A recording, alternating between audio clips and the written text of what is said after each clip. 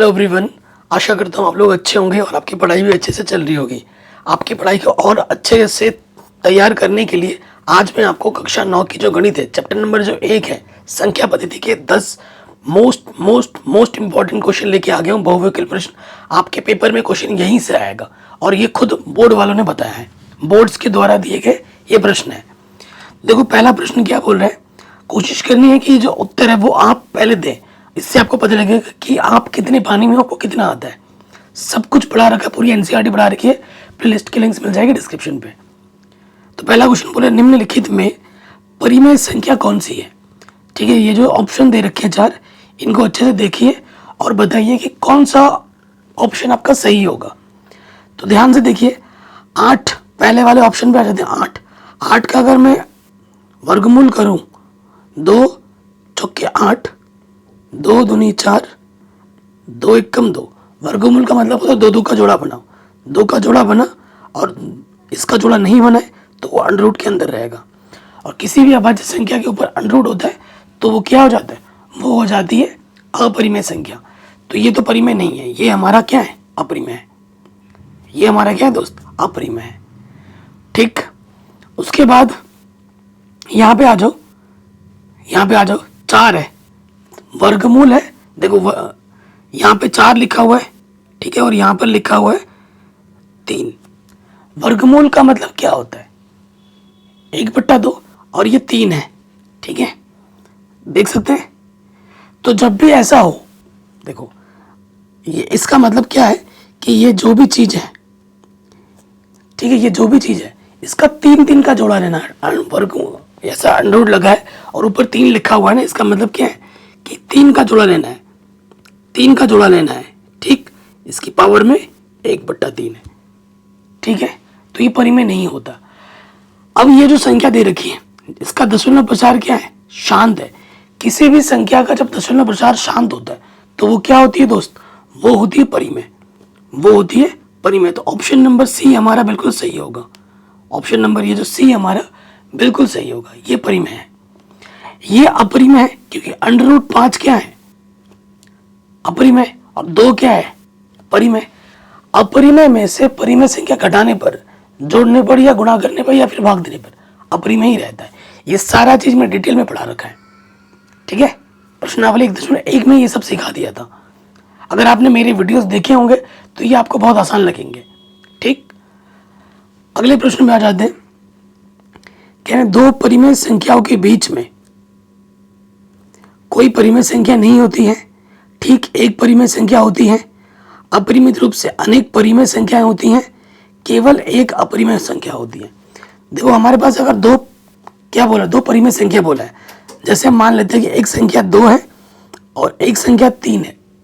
ये दोनों के दोनों ना परिमेय संख्या है। ये जो दोनों संख्या मैंने ली है, ये दोनों संख्या क्या है, परिमेय है। ये भी परिमेय है और ये भी परिमेय है। आपको पता होना चाहिए 2 परिमेय हो या 2 अपरिमेय हो।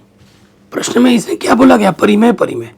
अगर अपरिमेय भी बोलता तो 2 परिमेय संख्याओं के बीच में, 2 परिमेय संख्या बोले या 2 अपरिमेय संख्या बोले, इनके बीच में अनंत अनंत परिमेय और अपरिमेय संख्या रहती है। 2 परिमेय संख्याओं के बीच में अनंत अपरिमेय संख्या होती है और अनंत ही अपरिमेय संख्या होती है, परिमेय भी होती है। परिमेय भी अनंत होती है और अपरिमेय भी अनंत होती है। ये ध्यान से अपने दिमाग में डाल लीजिए। ठीक है, तो आपका जो सही उत्तर हो जाएगा वो हो जाएगा ऑप्शन नंबर सी, अपरिमित रूप से अनेक परिमेय संख्याएं होती हैं। ये ऑप्शन आपका बिल्कुल सही हो जाएगा। अपरिमित रूप से अनेक परिमेय संख्या होती हैं। अगर यहाँ पर ऑप्शन लिखा होता अपरिमित रूप से अनेक अपरिमेय संख्या भी होती है तो भी वो सही होता, क्योंकि 2 संख्याओं के बीच में, चाहे वो परिमेय हो या अपरिमेय, उनके बीच में अनंत परिमेय संख्या होती है, अनंत अपरिमेय संख्या होती है। अगला क्वेश्चन है, अपरिमेय संख्या कौन है। तो आपको पता होगा, जब मैं आपको पढ़ा रहा था तो मैंने आपको बताया था कि पाई एक अपरिमेय संख्या होती है। पाई एक क्या होती है दोस्त, पाई एक अपरिमेय संख्या होती है। ठीक, पाई क्या होती है, एक अपरिमेय संख्या। कई बच्चे सोचेंगे कि भैया पाई तो ये 22/7 है। नहीं, देखो यहाँ दे रखा है 22/7। अगर 22/7 पूछेगा तो 22/7 P/Q के रूप में है। ये जो संख्या है दोस्त, ये वाली संख्या, ये क्या है? P/Q के रूप में है, और बट्टे वाला 0 नहीं है, तो ये क्या है? ये परिमेय है। ये क्या है? परिमेय है। अपरिमेय संख्या वैसे देखा जाए 2 और 9 का वर्गमूल क्या होता है? 3, तो ये 2/3 आ जाएगा P/Q के रूप में, तो ये परिमेय है। इसका दशमलव प्रसार शांत है, तो ये भी क्या है? परिमेय है। तो पाई एक अपरिमेय संख्या होती है। ये कक्षा 10 में भी आता है ये प्रश्न। हो गया। अब हमें इसका मान बताना है कि इसका मान क्या होगा। ठीक है, 64 1/2 का मतलब क्या होता है? वर्गमूल। हमें 64 का क्या निकालना है? वर्गमूल निकालना है, यानी कि बट्टे में 2 का मतलब है कि 2 का जोड़ा बनाना है। तो गुणनखंड करते हैं। 64 2 से काटोगे, 2 3 6, 2 दूनी 4, 2 1 2, 2 6 12, 2 8 16, 2 चौको 8, 2 दूनी 4 और 2 1 2। अब हमें क्या करना है? 2 का जोड़ा बनाना है। यहाँ से एक जोड़ा, यहाँ से एक जोड़ा और यहाँ से एक जोड़ा। फिर क्या करना है? इन सभी संख्याओं को गुणा कर देना है जो जोड़े में। यहाँ से एक 2, यहाँ से एक 2, यहाँ से एक 2,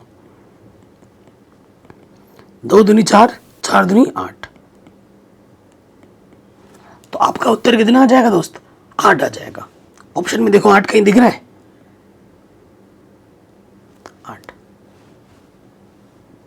ठीक, ये भी मैंने पढ़ा रखा है। एनसीईआरटी एक्सरसाइज 1.5 पर आधारित प्रश्न है। अगला प्रश्न है, इसका मान बताना क्या होगा। देखो ये 2 √5 है और ये √5 है। 2 √5 में 1 √5 जोड़ेंगे तो क्या हो जाएगा? 3 √5। समान रूप के अपरिमेय संख्या जुड़ती है और घटती है। यहाँ √5 है, यहाँ पे √5 है, तो ये जुड़ जाएंगी। ये 2 √5 है, ये 1 √5 है। 2 √5 और 1 √5 कितनी हो जाएगी दोस्त? 3 √5। तो ऑप्शन नंबर ये जो तीसरा है हमारा, वो बिल्कुल सही हो जाएगा। ठीक है, ऑप्शन नंबर ये जो तीसरा है वो बिल्कुल सही हो जाएगा। आगे बढ़ते हैं अगले प्रश्न में। कह रहे हैं 36/100 का दशमलव प्रसार कैसा है। देखिए क्या है हमारे पास? 36/100, 100 है, 10 है, 1000 है, तो यहाँ कितने जीरो हैं? 2, यानी कि ऊपर दशमलव 2 स्थान के बाद लगेगा। 1 2, तो दशमलव यहाँ लग जाएगा। 0.36, यानी कि इसका दशमलव प्रसार कैसा है? शांत है। इसका दशमलव प्रसार क्या है? शांत है। पूरा पूरा भाग चला गया, तो जो ऑप्शन नंबर आपका सही हो जाएगा बी। ऑप्शन नंबर बी आपका बिल्कुल सही हो जाएगा, शांत होगा। आगे बढ़ते हैं। कह रहे इसका मान बताइए क्या होगा। तो आपको दिख रहा होगा ये है 3 + √3 और यह है 3 - की √3। ठीक, तो ये किस रूप में? यह a + b के रूप में गुणा a - b के रूप में, जिसका सूत्र होता है a² - के b²। ठीक है, जिसका सूत्र क्या होता है? a² - के b²। लगाओ सूत्र में, तो ये हो जाएगा a² और ये हो जाएगा b²। 3 का वर्ग 9 और अंडर का वर्ग करने पर अंडर हट जाता है 3। 9 में से 3 घटाओ कितना आ जाएगा? 6। तो आपका जो सही उत्तर होगा वो आ जाएगा 6। कितना आ जाएगा? 6 आ जाएगा। आगे बढ़ते हैं। ये क्वेश्चन बहुत ही शानदार है। इनमें से सबसे छोटा कौन सा है? ये जो 4 ऑप्शन दे रखे हैं, इनमें सबसे छोटा कौन सा है ये आपको बताना है। तो देखो इसको हम लिख सकते हैं, 4 लगाए ना रूट के ऊपर, इसका मतलब होता है 5 की पावर में 1/4। इसका मतलब है 4 की पावर में 1/5 और अंडर रूट का मतलब होता है घात में 1/2 और इधर भी है घात में 1/2। ठीक है, अब आपको बताना है कि इनमें सबसे छोटा कौन है। तो इसके लिए क्या करते हैं, देखो सबके बट्टे में क्या है? 4 5 2 2, तो 4 और 5 का लॉसपा कितना आ जाएगा? लॉसपा निकालना है, एलसीएम। 4 5 2, सबसे छोटी संख्या जिनका भाग इन सब में चला जाए तो वो है 20। वो क्या है? 20 है। ठीक है, अब हम क्या करेंगे, सब में 20 से गुणा कर देंगे घातों में। 5 यहाँ है 1/4 गुणे में 20, 4 1/5 गुणे में 20, 4 1/2 गुणे में 20, 3 1/2 गुणे में 20। काटोगे 4 पंजे 20, तो यह आ जाएगा 5 की पावर 5, 5 चौके 20, यह आ जाएगा 4 की पावर 4, 2 धाई, ठीक है, यह आ जाएगा 4 की पावर 10, और 2 यह आ जाएगा 3 की पावर 10। ठीक है, ये हमें गुणा करना है। अब देखिए, तो अब 5 को 5 बार गुणा करना है, 5 गुणा 5 गुणा 5 गुणा 5, तो 25 पंजे 5 बजे 25, 25 गुणा 25 625 को फिर 5 से गुणा कर दो, ये आ जाएगा 16 गुणे 16, और 4 को 10 बार गुणा करना है, ये तो और भी ज़्यादा बड़ा हो जाएगा। ठीक है, देखो 4 गुणा 4 16 हो गया, तो 16 को कितनी बार गुणा करना है, 2 बार हो गया, तो 16 को कितनी बार गुणा करना है, 5 बार। ठीक है, तो ये आ गया, और ये आ गया 3 की पावर 10। सबसे छोटा बताना है, सबसे छोटा बताना है, तो 5 से गुणा करोगे, ये तो और आ जाएगा, 3 को 10 बार गुणा करोगे, है ना, तो सबसे छोटा बताना है। तो आपको देखिए पता लग गया, इसको अगर गुणा करेंगे 5 बचे 25 हासिल लगा 2, 5 दूनी 10 और 2 12 हासिल लगा 1, 5 छंग 30 और 1 31, और 16 गुणा 16 कितना होता है, 16 गुणा 16 200 कितना होता है, 56। देखो 16 गुणा 16 करेंगे, 6 छंग 36 हासिल लगा 3, 6 कम 6 और 3 9, 1 छंग 6 1 कम 1, 256। तो सबसे छोटा पूछा था आपसे, तो सबसे छोटा क्या है, 256 आ रहा है, तो यानी कि जो ऑप्शन नंबर बी होगा वो सबसे छोटा होगा, सबसे छोटा ये होगा। और सबसे बड़ा कौन होगा, ये वाला। सबसे बड़ा अगर हमसे पूछता तो आंसर ये होता, ऑप्शन नंबर सी। ठीक है, सबसे बड़ा। ठीक है जी, तो ये प्रश्न हमारा आराम से बन गया। आगे बढ़ते हैं, इसका मान बताना है कि क्या होगा। शानदार क्वेश्चन है। देखो यहां लिखते हैं, हमारे पास एक बार बड़ा करके लिख लेते हैं। यहाँ पर है 4, यहाँ पर है x², और यहाँ पर है √3। तो देखो इसको अगर खोल के लिखें तो ये चीज क्या है हमारे पास, x की घात में 2, और √ के बाहर में 3 लगा पड़ा है, यानी कि 1/3 गुणे में आ जाएगा 1/3। ठीक, तो ये चीज हट गई। इसका मतलब क्या होता है, घात में 1/3। ओके, तो इसको आगे हल करेंगे तो ये आ जाएगा x की घात में 2/3। ठीक, गुणा में ये गुणे में आ गया ना, 2 कम 2 बट्टे में 3। अब इसका मतलब क्या है, घात में 1/4, x की पावर में 2/3, पावर में है 1/4। आपको पता है घातों की क्या हो जाती है, गुणा हो जाती है। 2/3 गुणा 1/4, 2 दूनी 4, x की पावर ऊपर बचा 1 और 3 दूनी 6। आंसर आ जाएगा x घात में 1/6। ऑप्शन नंबर ये जो आपका बी वाला है वो सही हो जाएगा। ऑप्शन नंबर बी हमारा बिल्कुल सही हो जाएगा, 1/6 x की पावर में।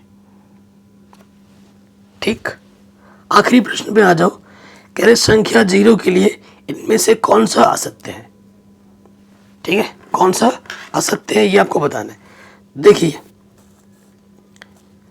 संख्या जो 0 होती है पूर्ण संख्या में आती है, क्योंकि जो पूर्ण संख्या होती है वो स्टार्ट होती है 0 से, 0 1 2 3। तो 0 एक पूर्ण संख्या होती है। 0 पूर्णांक भी होता है। ठीक है, पूर्णांक क्या होता है, पूर्णांक में 0 भी आता है, 1 2 3। पूर्णांक को हम z दिखाते हैं, z से लिखते हैं। ठीक है, पूर्णांक में 0 आता है, 1 आता है, 2 आता है, चलता रहता है। इधर माइनस का 1 आता है, माइनस का 2 आता है, चलता रहता है। तो ये भी है। 0 एक परिमेय संख्या भी होती है। ठीक है, जीरो एक परिमेय संख्या भी होती है, लेकिन जीरो एक प्राकृतिक संख्या नहीं होती। प्राकृतिक संख्या 1 2 3 4 5 6 7 8 ऐसे होते हैं, तो जीरो एक प्राकृतिक संख्या नहीं है। तो जो ऑप्शन नंबर डी होगा वो सही हो जाएगा। ऑप्शन नंबर डी हमारा सही होगा। जीरो पूर्ण संख्या होती है, जीरो पूर्णांक होता है, जीरो परिमेय संख्या भी होती है, लेकिन जीरो प्राकृतिक संख्या नहीं होती है। तो ये चैप्टर नंबर 1 संख्या पद्धति के 10 मोस्ट इंपॉर्टेंट बहुविकल्पी प्रश्न मैंने आज आपको बता दिए, और पेपर में आपके यहाँ से जरूर आएगा देखना। और ये प्रश्न आपको तभी आ पाएंगे जब आपने चैप्टर पूरा पढ़ा होगा। मैंने पूरी एनसीईआरटी पढ़ा के रखी है, लिंक्स मिलेगी डिस्क्रिप्शन पे, जाके जरूर चेक करें और इस वीडियो को जगह शेयर करें। और चैनल पे नए हैं तो प्लीज़ सब्सक्राइब जरूर करें, जो कि बिल्कुल फ्री है। मिलते हैं आपसे नए वीडियो में।